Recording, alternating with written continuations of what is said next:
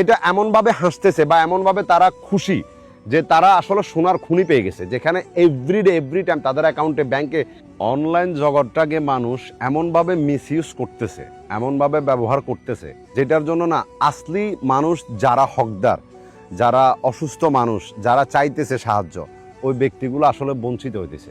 কেন জানেন? এই যে মেয়েটার ভিডিও আমরা প্রত্যেকজন বাঙালি মানুষ দেখছি, বা আমাদের আবেগের উপরে আরেকবার দেওয়া হয়েছে, এটা এবার আমি বলতেছি। কিছুদিন আগে আমি মেয়েটার অনেকগুলো ভিডিও দেখলাম যে অনেক অসুস্থ, তার চোখ যেভাবে দেখা যাচ্ছিল এবং বলা হয়েছিল নাকি মেয়েটার ক্যান্সার। কিন্তু যে মেয়েটার ক্যান্সার হয়েছে এমন কোনো ডকুমেন্টস বা এমন কোনো জিনিস আজ অব্দি দেখাতে পারে নাই। হ্যাঁ, একটা বিরল প্রজাতির রোগ মেয়েটার মধ্যে দেখা গেছে। এখন যেটাই হোক, উনি একজন অসুস্থ মানুষ, অবশ্যই ওনার জন্য মানুষ ফান্ড কালেক্ট করতেছে যাতে মেয়েটা সুস্থতা বোধ করে। কেন? কারণ তার হাজব্যান্ড তাকে ছেড়ে দিছে। মেয়েটার ক্যান্সার ধরা পড়ছে, এই জন্য তার হাজব্যান্ড নাকি তাকে ছেড়ে দিছে। কিন্তু আসল সত্য হলো যে এই মেয়েটার দুইটা বিয়ে হয়েছে। প্রথম হাজব্যান্ড যেটা ছিল সেটা মেয়েটাকে এই জন্য ছেড়ে দিছে যে এই মেয়েটা অন্য তৃতীয় ব্যক্তির সাথে কথা বলতো, যেখানে ধরা পড়ছে। আর ওই হাজব্যান্ড কিন্তু এই মেয়েটার সুস্থতার জন্য প্রায় 2 লক্ষ টাকার উপরে খরচ করছে মেয়েটার পিছনে, তাকে সুস্থ করার জন্য। এবং যখন দেখছে যে মেয়েটা তৃতীয় ব্যক্তির সাথে কথা বলছে, তখন ওই হাজব্যান্ড মেয়েটাকে ছেড়ে দিছে। এবার আসুন, ওই অসুস্থ শরীর নিয়ে মেয়েটা আরেকটা বিয়ে করছে।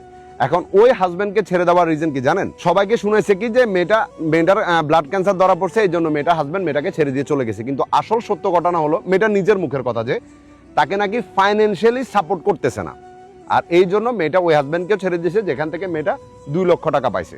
কথা বুঝিয়েন। দ্বিতীয় বিয়ে যেটা করছে সেটা কিন্তু মেয়েটা অসুস্থ থাকা অবস্থায় করছে। তো হাজব্যান্ড জানতো যে মেয়েটা অসুস্থ, এটা জেনেই কিন্তু বিয়ে করছিল। এখন নাম দেওয়া হয়েছে কি মেয়েটার নাকি রোগ ধরা পড়ছে, এই জন্য হাজব্যান্ড ছেড়ে দিয়ে চলে গেছে। এবার আসুন, মেয়েটার চিকিৎসার জন্য প্রথমে বলা হয়েছে 7 লক্ষ টাকার মতো সামথিং লাগবে এবং মেয়েটার ভালোভাবে চিকিৎসা করা যাবে। মেয়েটার নগদে এবং বিকাশে 5 লক্ষ টাকা ঢুকে গেছে, কারণ নগদ আর বিকাশের আপনার লিমিট থাকে 2.5 লাখ করে, এরপরে কিন্তু আর টাকা ঢুকবে না। তো মেয়েটার নগদ এবং বিকাশের লিমিট শেষ হয়ে গেছে, দ্যাটস মিন 5 লক্ষ টাকা ঢুকে গেছে। এরপর আসেন ব্যাংকে টাকা দিছে, এরপরে মেয়েটাকে ক্যাশ, হ্যান্ড ক্যাশ কিছু টাকা মানুষে দিছে, যে সূত্রে জানা যায় যে মেয়েটার কাছে অলরেডি 16 লক্ষ টাকার প্লাস মেয়েটার উঠে গেছে।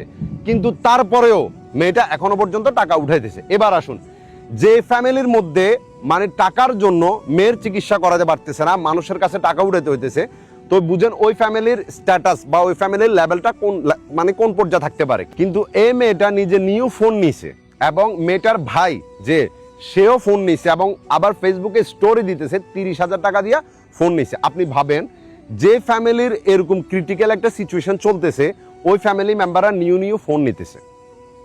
কথা বুঝতেছেন? তো আসলে এই অনলাইন জগৎটাকে বা এই যে চিকিৎসার নামে এটাকে না একটা ব্যবসা বানায় ফেলছে, বুঝতেছেন? আর এই বিজনেসের মধ্যে কিছু আবেগী মানুষ আছে আমাদের মতো, যারা আছে না, ভাবে যে আমি যদি 5 টাকা 10 টাকা বা 1000 টাকা দিয়ে মেয়েটার উপকার হয়ে যাবে।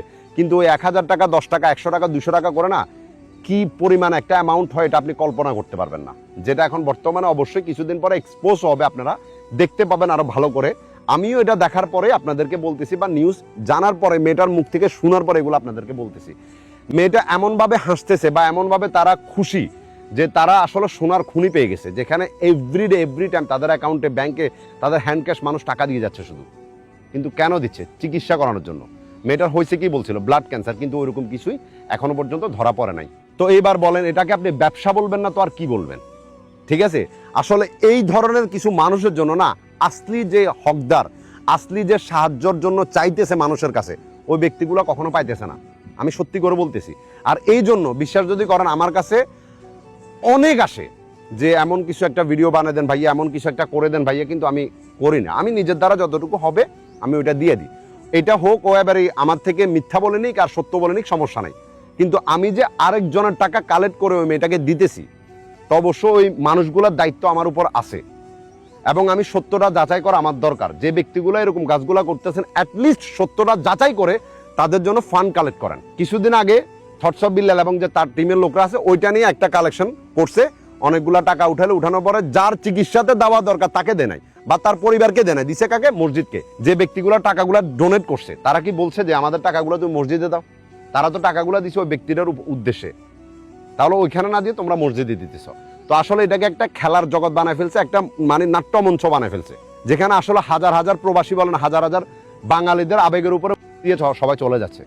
তো এবার আপনারা ভাবেন সোশ্যাল মিডিয়াতে ডোনেশন দিবেন না দিবেন না, কারণ আসলে সত্য মানুষরা পাইতেছে না। এটা আমি 100% গ্যারান্টির সহিত বলতেছি যে সত্য মানুষরা কখনোই আসলিভাবে যারা হকদার, যারা সাপোর্ট চাইতেছে তারা পাইতেছে না। পাইতেছে কারা? 2 নাম্বার লোকেরা ইমোশনালি 2-4টা চোখের পানি দেখানোর পর পাইতেছে। মানে আমি আসলে আর কিছু বলার নাই, বাস আপনারা বুঝে নিন আমরা কোন জগতে বসবাস করতেছি।